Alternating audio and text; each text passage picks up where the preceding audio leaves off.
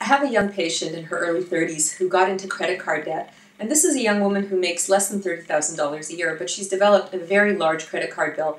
And when we started to take it apart, really what we discovered was that she's been spending money on lots of little bitty things, but they've all been adding up, including, lunches out, catching breakfast outside, expensive coffees, shoes that she doesn't need, purses that she doesn't need, things like that. And she's accumulated quite a big debt. And so we were talking about this and trying to figure out how to solve the situation.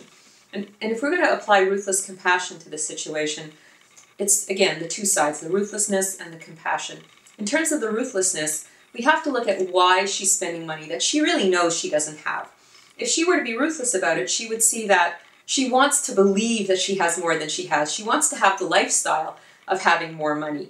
And so if she's going to be ruthless about it, she has to understand that the lifestyle she's living now really doesn't suit her, and she's not happy making less than $30,000 a year. So the first piece is to recognize that she needs to get herself a better job where she can afford some of the things that she likes. It's not wrong to want to buy yourself a pair of shoes or a handbag. It's just not a good idea to get yourself in debt over them.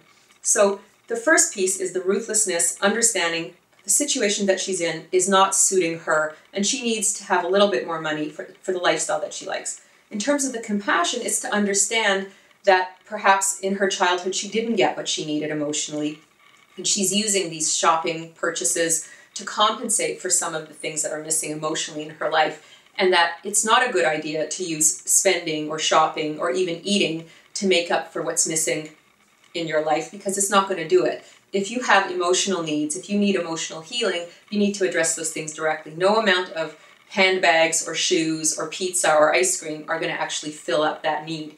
So in the compassion, it's having compassion for what's going on inside herself and addressing that directly. And in terms of the debt, she's gotten herself into a situation where a relative has co-signed on a loan, and now she's going to be paying off the loan over the next several years.